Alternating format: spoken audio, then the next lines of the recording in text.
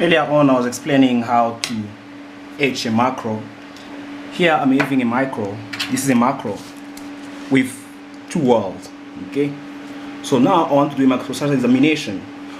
What I'm trying to do here is to check if there is a full penetration or full fusion between the parent metal and the welds.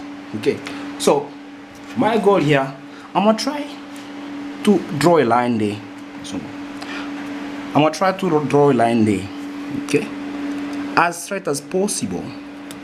Okay, and then as I want to evaluate a fillet weld, right?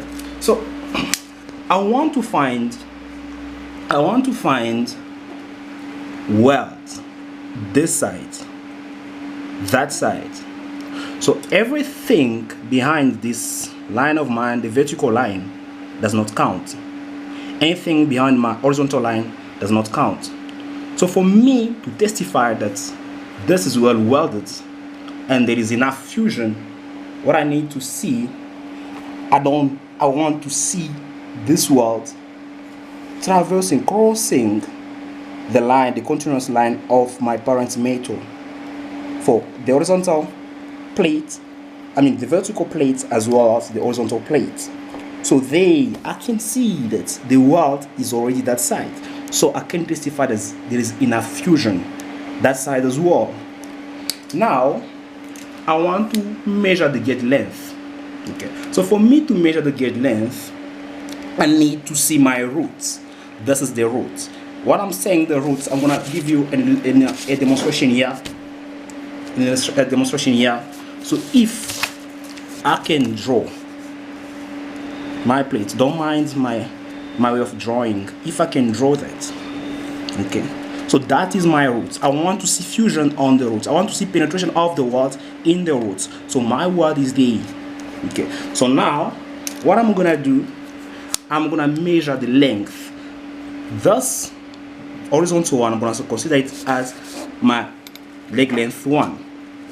So from the ends of the weld to where the weld starts, actually where the other plate is, that is my first measurement. So I can record this with my vernier, 9.36 millimeters. So that is 9.36 millimeters.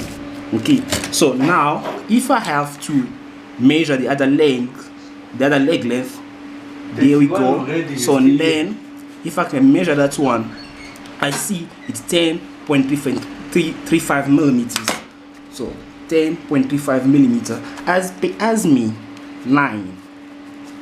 Okay, so the difference between Z1 and Z2, Z2, okay, must not be above 3 millimeters. Must not be above 3 millimeters. It must be under 3 millimeters. And for ISO 1.5614-1 as well as 9606-1, the difference between the legs, the leg length, okay, the difference between the leg length must not be above the throat, the size of the throat thickness, actually 1.5 plus 0.515, the throat thickness. That is my throat thickness.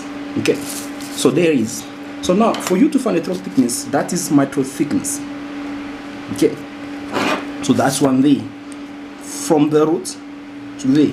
In mechanical engineering or in engineering, we consider that that thickness to determine how strong the weld is. Okay, so mathematically what you can do, you can see it's just that, and then you know that if you have to measure that, what you do, you take 1 square root of 2 times the smallest z divided by 2, and that's one give me 0.7071 times the smallest z.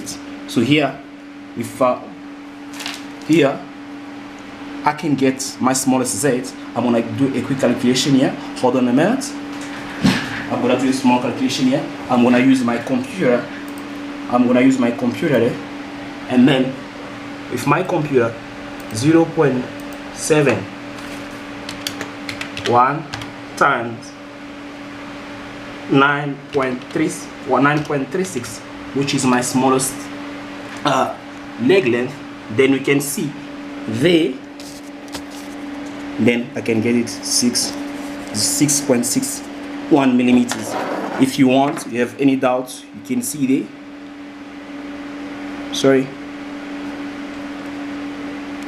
it's 6 something there. Okay, can you see that? Okay, so thank you so much for watching this video, and for the next season, thank you.